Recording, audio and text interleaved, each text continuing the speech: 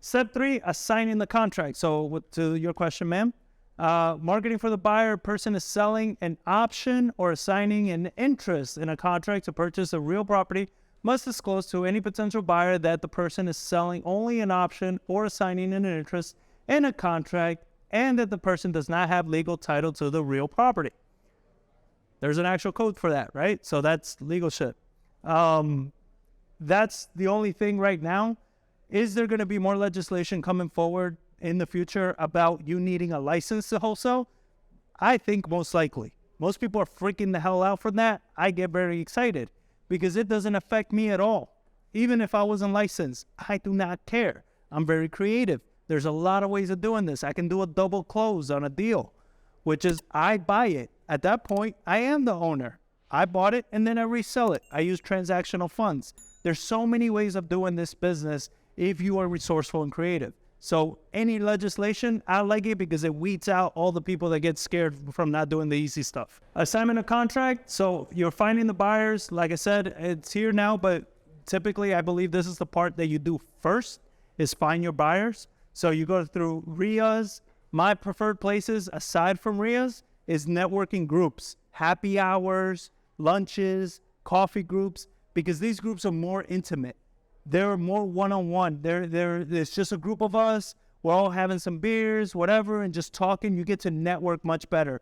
At the RIA, there's usually somebody up front speaking to you, trying to teach you something, right? There's no networking when that happens. It's great. You might learn something, but the real value of these events is networking. That's why I recommend everybody show up before the event starts. Do some networking. Don't go for the free food in the presentation. Go for the networking. Stay later. Network with the person that organized it. The person that organizes these things usually has a big connection of resources, people, and everything. These are the people you want to be friends with. What I always do whenever I went to networking events is I find out who the person organizing is, and I will buy them a drink or so, right? Throughout that event, I'll get them a drink. Why? Because they then remember me. When they remember me, I can reach out to them later, be like, hey, I got this deal. I don't know what to do with it. Well, don't worry about it. I got a buyer for that deal. Does that make sense? So you want to make sure you're going to these networking events. I used to go to probably 2 to 3 of them every single week for the first 2 years. That's how much networking I did. People thought I was a professional in this space because they saw me everywhere. I knew jack shit about real estate, but I was there. I was networking. I was talking to the people that knew it. Right now, the market shift, all I needed to do was pick up my phone and call a few people to know what the hell's going on in the market. I don't need to do anything else. I don't need to go anywhere because I have the resources. I have the connections. I have my buyers. I don't have to worry about anything. I come across a difficult deal like I did before. 2 months ago, I came across a very difficult deal, had some crazy liens on it. It was pretty much underwater. I called a buddy of mine. He's local. His name is Logan Fulmer. If you see him on social media, he does a lot of like the dirty real estate deals. I called him up. I said, hey, I got this deal. I don't know what the hell to do. Ran the numbers. He's like, oh, yeah, you do this. This is no. Let's partner on it. I was like, all right, we partner on it. I give him 50%. That deal made like 70 grand on something I knew nothing about because it was crazy. We paid that seller $4 grand each seller for them to just walk away. And they gave us the property. We closed outside of title.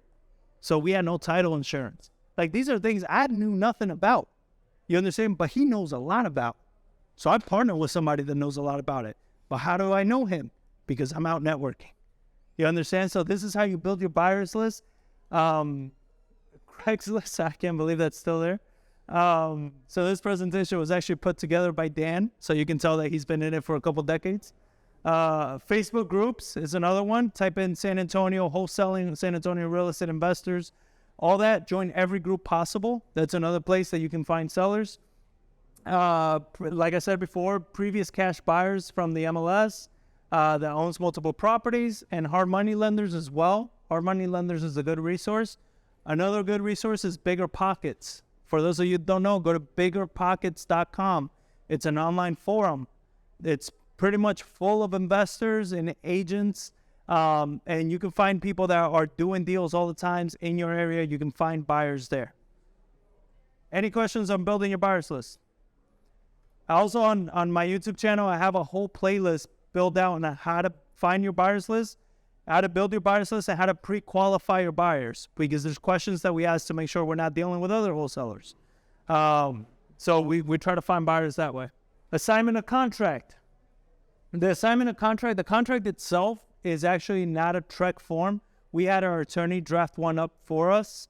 So it's something that you can even Google it and find assignment of contracts on Google. There's a ton of them.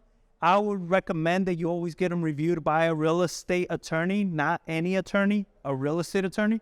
Make sure that it covers all the bases that you're going to need for Texas and for what it is that your business operates and how you do business. This is a separate contract. So you're going to have your TREC contract that's going to be a title already. You submitted that contract to title. So title's researching the property, making sure there aren't any liens, making sure you're going to get a clear title. Then once you find a buyer, you're going to do the assignment of contract with that buyer. You're both going to sign, agree on a fee that they're going to pay you for that. And then you're going to send that to title as well. Because once the property closes, title's going to cut the checks. You understand? So you don't have to worry about your buyer paying you. There's also, when it comes, let's see. Okay. I don't know if we're going to cover that later, but you also want to, there's something called a non-refundable deposit. If you guys have been in the space for any amount of time, a lot of wholesalers ask for one. So a wholesaler will ask a buyer for a non-refundable deposit, $3,000 to $5,000, whatever it is. This is for somebody, a wholesaler that has a deal. They find a buyer. They're not sure of that buyer. So they ask for a non-refundable deposit, because in case that buyer does not close, there's a very high likelihood that that wholesaler is going to lose that deal, because they're going to piss off the seller and the seller might back out. So the wholesaler is running a lot of risk with that buyer. This is, again, why we vet our buyers first to make sure that's not the case. You understand? So you can do that. Now, this is completely up to you. Where this has been abused is wholesalers ask for a non-refundable deposit. The seller finds a bunch of crap about the property that the wholesaler never disclosed or didn't know about, whatever it is. The buyer wants to back out because it's like, dude, this is not even what you pitched me. And the wholesaler says, well, screw you, I'm keeping the non-refundable. To me, that's bad business practice. You understand? Because, like, the buyer, you pitch them one thing and they're actually buying something completely different. That's bad. You understand? Your reputation does matter. Your word should matter to you. So that's where I find issues with some of these wholesalers, is they're doing this all the time, and they're just like keeping the non-refundable or trying to force these buyers to close on a shitty property. I don't agree with that. I don't condone that crap. You know, I push you guys to do ethical real estate. There's plenty of money to be made on the ethical side of real estate. There's no reason to take advantage of people. You understand? So that being said, as a buyer, I've never paid a non-refundable deposit. I have brand and reputation with me.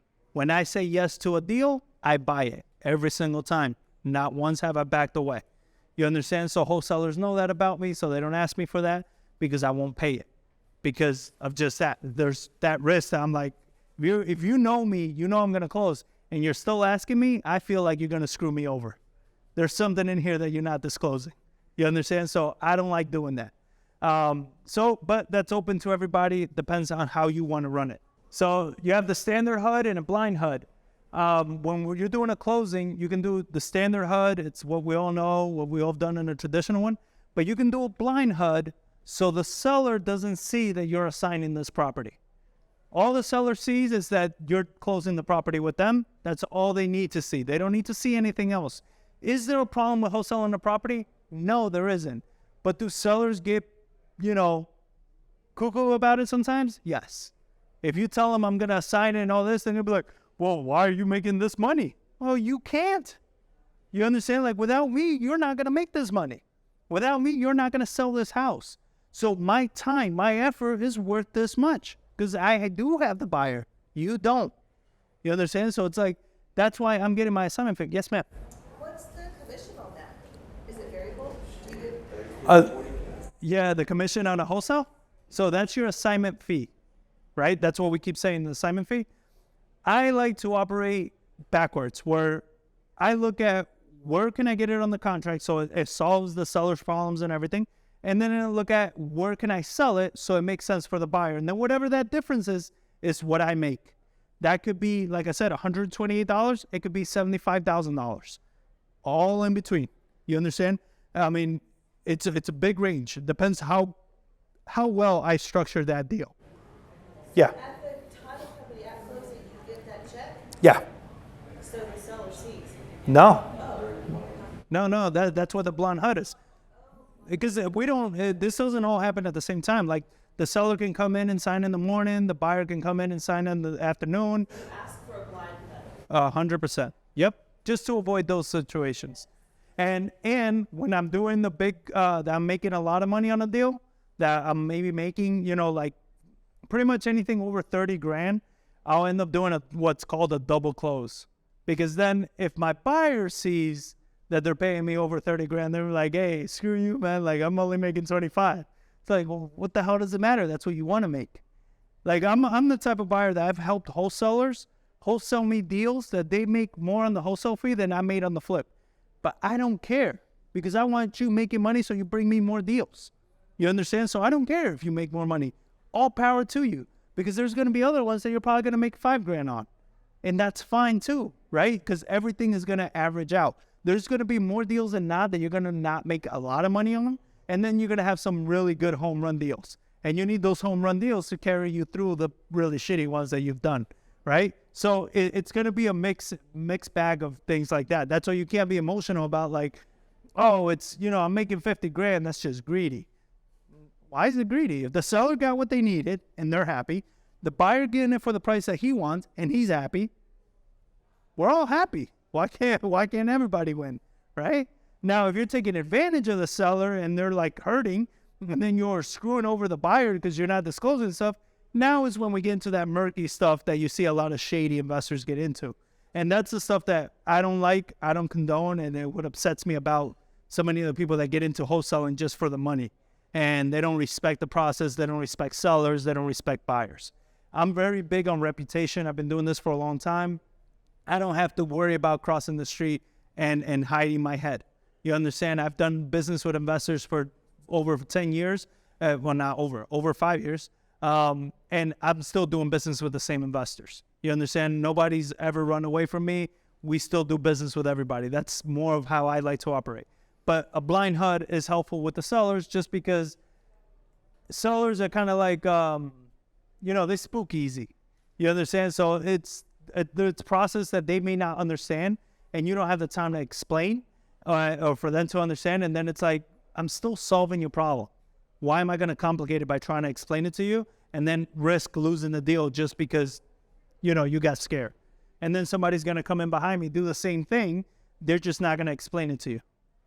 And it's the same thing gets done. Do you see what I'm saying? I'm wondering if, when you're under contract with the seller, what if they get foreclosed on in that option period? Well, that's your business. You shouldn't let them get foreclosed on. Check, because you can't do a 90 or 120-day closing if they're in foreclosure. Of course you can. Yeah, there's ways of delaying foreclosures. You understand? Like, there's some banks we've dealt with that just submitting the offer that we've given them with proof of funds is enough for the bank to delay the foreclosure until the closing date, right? So the banks would do that. There's a TRO that you can pay an attorney to do a temporary restraining order, which will delay the foreclosure. They can do Chapter 7, 11, or I think 13 as well, bankruptcies, which will delay the foreclosure as well. And there's a lot of ways of delaying foreclosures. There's a lot of, different tools that you can use to delay a foreclosure. So there's no reason why you should get foreclosed on. But that's the reason why a lot of times you can't list it, because the listing, there's too much unknown. It could take 45 plus days, even if you find a buyer on day one. There's inspection pairs, there's this, there's that. They don't qualify. There's too many unknowns. That's why it needs to be sold most of the time to an investor. Does that make sense? So that's your blind HUD. You can request it of your title company. You just tell them, hey, I just want to do blind HUD, and they'll just make sure that the seller doesn't see the other side. And then if you don't want the buyer to see how much you're making, you're going to do a double close. A double close, you have what is called a dry closing and a wet closing. With one, you're going to need to bring the money to buy side A, which is you and the seller. With the other one, you don't need the money. What ends up happening is side BC, so the side of the buyer comes in, buys the house, and then title holds the money, and then you close with the seller. They use that money to buy side A, and then you get the difference. So you can do it that way. Some title companies allow it, some title companies don't, so you got to ask them. And if they don't allow it, then you can do what is called a double close, where you can borrow money, or if you have the money, you need transactional funds. It's what that's called. And you'll borrow the money to close with the seller, and then close with the buyer, and then pay that money back the same day or the day after, right? So it's transactional funds, okay? I know that's a lot, but that's not the point of this class. It's just I'm trying to give you as much as I can so you guys kind of grasp that. Cool? And that's a simultaneous close. Yeah, so like I said, you need transactional fundings or simultaneous, or you have the pass-through funding, which is like I was talking about, the wet close, dry closing, and title insurance. We get title insurance on all our properties. That makes sure that the title has been cleared and there's no problems. Does that work all the time? No, that's why we get title insurance. We've had situations when we try to sell the property, there's been a title issue that our title company initially didn't find. And now we have title problems. And those title problems can cost you tens of thousands of dollars, or it could cost you the whole deal. That's why you get title insurance. So then now the title company is liable for that, not you. You understand? We always get title insurance on all our properties. I'd rather them be liable. They have the big insurance policies. Let them deal with it. I don't want to be coming out of pocket or being stuck with a property I don't want. So we get title insurance on all of our properties. And that's it. So that's the contact for Stepstone Realty for you guys that want it. And then that's my contact and email and everything like that. So any questions, anything you guys want to expand on with this whole wholesaling thing? Anything at all? I know I blew through all of it kind of quickly. So what do you guys want to expand on? What do you guys want to talk about? Yes, sir. Due on sale. So due on sale clause happens on subject twos, right? You take a property. Subject two is you're taking over it with existing financing. So it has a loan in place. You are buying the house with that loan in place. You're taking over those payments.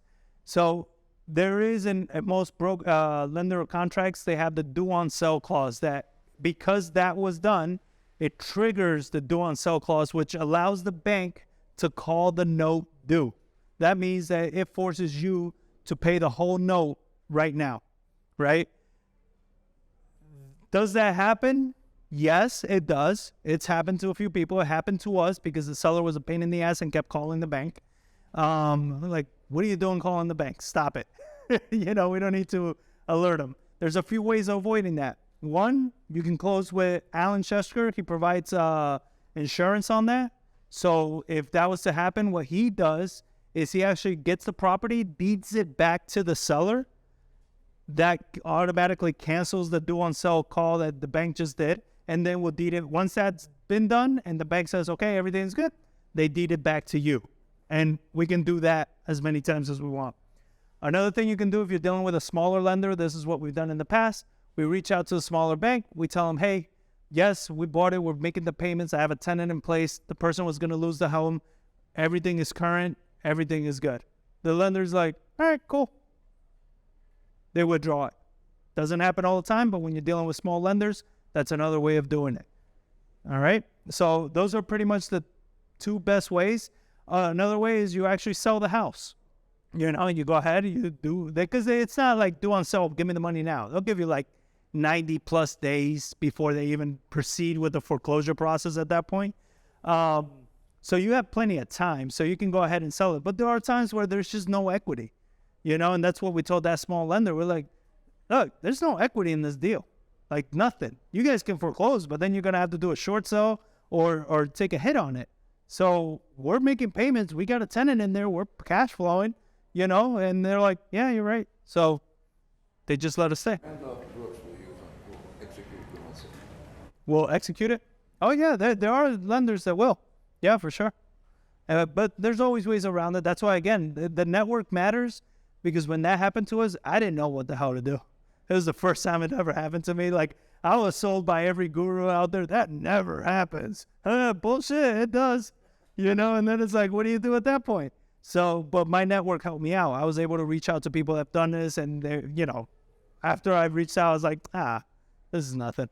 But the network does matter. Any other questions?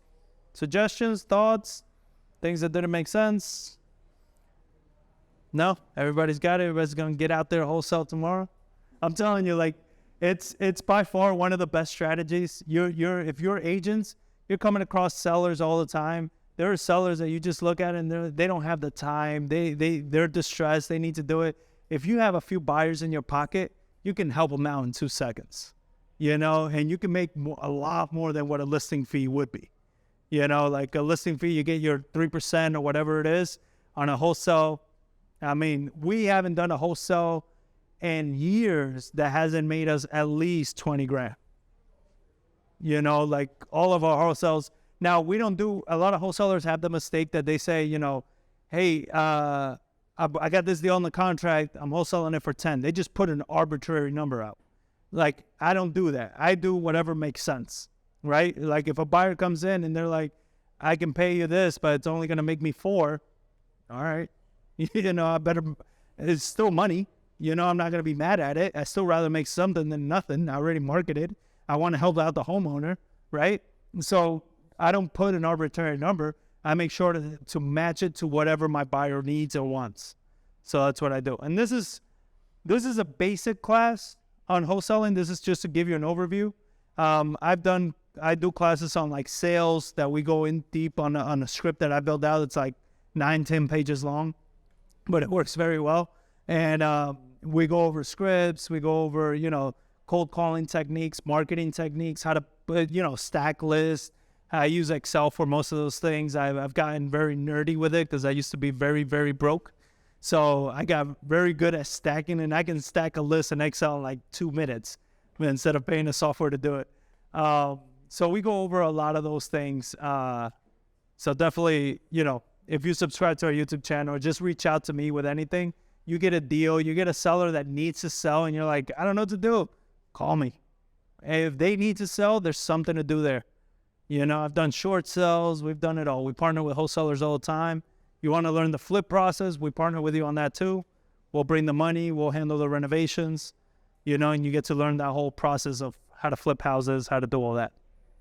So a lot of resources, guys. Take advantage of them.